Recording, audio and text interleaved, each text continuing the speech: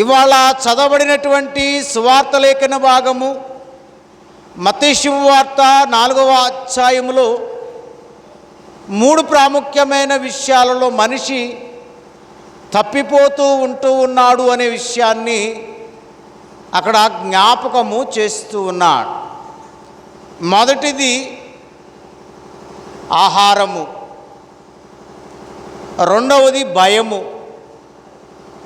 మూడవది కోరికలు లేక ఆశలు. మనిషి ఈ 3 విషయాలలో పడిపోతూ ఉంటాం. ప్రాముఖ్యంగా మనిషి జీవించడానికి కావాల్సింది ఏమిటనంటే ఆహారం. శారీరకంగా జీవించాలి అని అంటే మనిషి ఆహారము తినవలసిందే.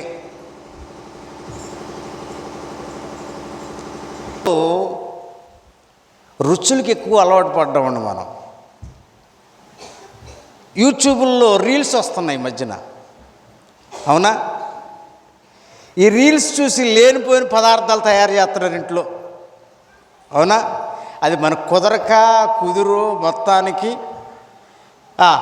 ఏమవుతున్నాయి, వాంతులు అవుతున్నాయి, విరోచనలు అవుతున్నాయి, లేనిపోయిన గ్యాస్ అంతా లోన కానీ మానవుడు రుచులకి అలవాటు పడ్డాడండి, అవునా? రుచికరమైన దానిని తినడానికి అలవాటు పడ్డాడు. దానివలన చాలా ప్రాబ్లమ్స్ ఫేస్ చేస్తున్నాం లేదా? మనిషి దానిలో పడిపోతున్నాం, ఆహారానికి పడిపోతున్నాడు మనిషి. ఉదాహరణకు దైవ గ్రంథములో ఆహారమును ఆశించి పతనమైపోయిన వాళ్ళు చాలామంది ఉన్నారు. అందులో ఉదాహరణకు అవ్వ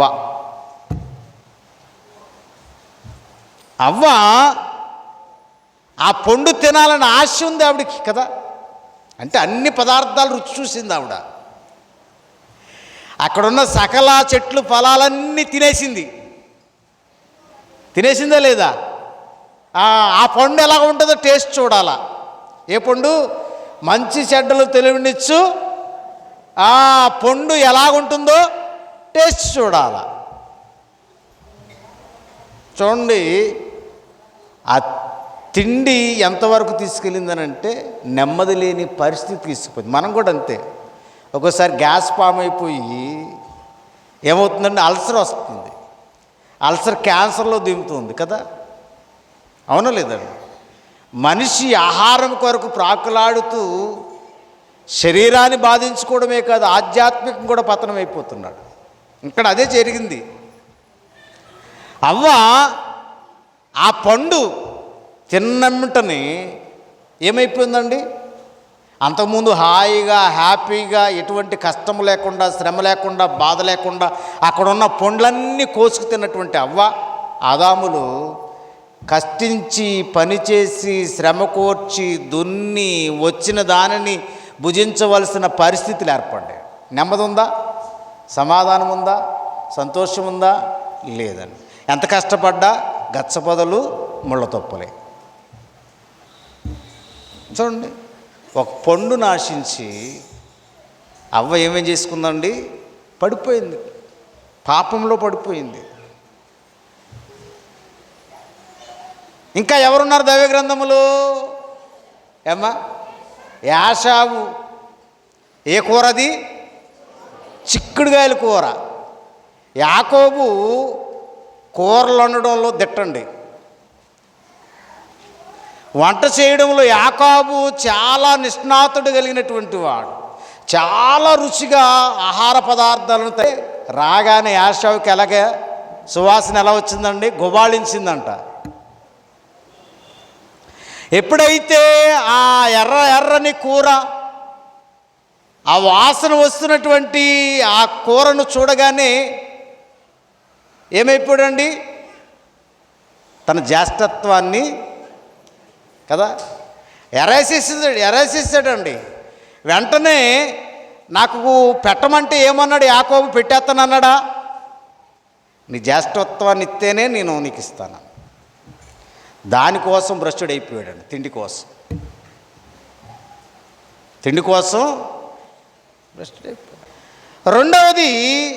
రెండవది భయపెడుతుంది. లోకం ఏం చేస్తుంది? భయపెడుతుందండి. మనిషి పడిపోవడానికి మొదటి కారణం ఆహారం అయితే, రెండవ కారణం భయం. రెండవ కారణము ప్రతి దానికి భయపడతామండి మనం, ఒక్కదానికి తప్ప. దేనికి? దేవుడికి తప్ప. లోకములో ఎన్నైతే ఉన్నాయో అన్నిటికి భయపడతామండి మనం.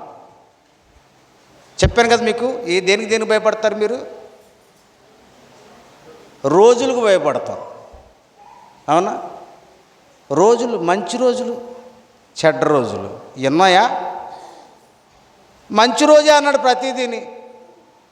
మంగళవారాలు, శుక్రవారం అమ్మాయి బయటకు రాకూడదట. అమ్మాయి బయటకు వస్తే లక్ష్మి వెళ్ళిపోద్దంట లోన్ నుంచి. అవునా? పెళ్ళి ప్రకటన రాసేటప్పుడు ఏమ్మా అని అంటే, గురువారమేనండి తప్పించుతాం అమ్మాయిని, లేదా బంగారం పెడతారంట. ఇంత బంగారం దేనికి? శుక్రవారం మంచిదే అన్నాడుగా, శనివారం మంచిదే అన్నాడు, మంగళవారం కూడా మంచిదే అన్నాడు. మంగళవారాన్ని భయపడతాడు మనం. అవునా? మంగళవారం కూడా భయపడతాం. మంగళవారం ఎవరైనా చచ్చిపోయాడు అనుకోండి, గుడ్డు వేయాలా, కోడి నల్లపేటను కట్టాలా, లేదా భయ్యు ఏదో అయిపోతుంది అంతే, ఏదో అయిపోతుంది. రోజులకు భయపడుతున్నాడు మనం మనుషులు. అమావాస్య రోజున ఎవడైనా ప్రయాణం చేస్తాడా? మంచి పని పెడతాడా? శంకుస్థాపనలు, పెళ్ళిళ్ళు ఇవి పెట్టుకుంటారా? అమావాస్యను ఎందుకు పెట్టుకోరు? ఏమ్మా, మాసాలకు భయపడుతుంది, రోజులకే కాదు, మాసాలకు భయపడుతున్నామండి. అమావాస్య రోజున పండగలు చేశారు వాళ్ళు. అమావాస్య రోజున పండగలు చేస్తారండి. మనమేమో దానికి భయపడతాం. రోజులకి, మాసాలకి, తిథులకి, నక్షత్రాలకి మనిషి భయపడుతున్నాడు. పశువులకు భయపడుతున్నాం. అవునా? పిల్లి ఎదురొచ్చిందనుకోండి, ఇంకెళ్తావా? మళ్ళీ వెంటనే రిటర్న్ వస్తామండి, ముందుకెళ్ళాం. ఎంత పనైనా ఆపేసుకుంటాం కానీ ముందుకి వెళ్ళాం. కుక్క అరిసిందనుకోండి, భయం. అవునా? రాత్రంతా మా ఇంటి పక్కనే అరిసిందమ్మా, ఏమైపోద్దో, ఏమవుతుంది? ఒక విషయం మీకు చెప్తున్నాను. కుక్క కంటి చూపు చాలా సూక్ష్మమైనదండి.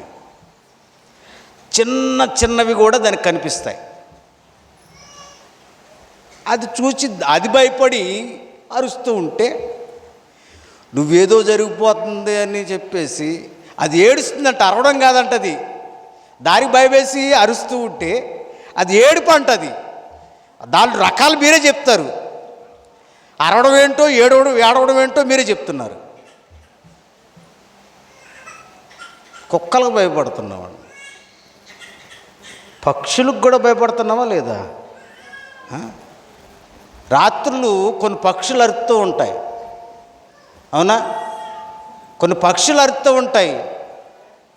మీకు ఒక విషయం చెప్తున్నాను. పగలు వేటాడే పక్షులు ఉంటాయి, రాత్రి వేటాడే పక్షులు ఉంటాయి.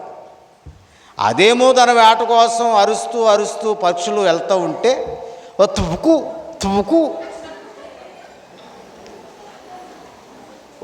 వస్తూ ఉంటావు. నువ్వు ఏంటి భయం? ఏదో జరిగిపోద్ది, అదేమో అరుస్తుంది, నీకేమో భయం.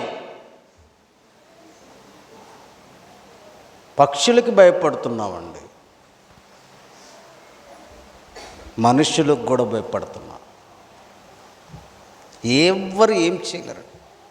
యెహోవా యందు భయభక్తులు గలవాడు బహుధైర్యముగా ఉంటాడని సామెతల గ్రంథం చాలా స్పష్టంగా తెలియజేస్తుంది. భయపడడం వలన జరిగేది ఏమిటంటే పడిపోవడమే. అబ్రహాము భయపడ్డాడు కదా. ఎక్కడ భయపడ్డాడమ్మా? ఐగుప్తు దేశంలో, పరాయి దేశంలో. భార్యను భయపడి భార్యను చెల్లెలుగా పరిచయం చేశాడు. అంత దౌర్భాగ్యం. వాక్యం ఏం చెప్తుంది? మీరు ఏం పాటించొద్దంది కదా. తిథులు, నక్షత్రాలు, వారములు ఇవేమి మీరు పాటించకూడదంటే మనం అయ్యే పాటిస్తున్నాయి. ఎవడో చెప్పింది పాటిస్తున్నావు కానీ వాక్యం చెప్పేది నువ్వు పాటించు. అక్కడే పడిపోతున్నావు నువ్వు. మనుషులు భయపెడుతుంటే ఆ భయానికి నువ్వు ఉన్నావు కానీ ధైర్యపరిచే వాక్యం వైపు నీ హృదయాన్ని కేంద్రీకరించలేకపోతున్నా. మనుషులు పడిపోతున్నారు. దీనిలో భయానికి పడిపోతున్నారు. మూడవది ఏంటిదండి? కోర్కెలు, ఆశలు. యేసయ్యకి ఏం చూపిస్తుంది? ఏమా? లోకాన్ని చూపిస్తుంది. లోకంలో ఉన్నదంతయు నేత్రాశ, శరీరాశ, జీవపుడము. వీటిలో అధికంగా పడిపోతున్నాడు.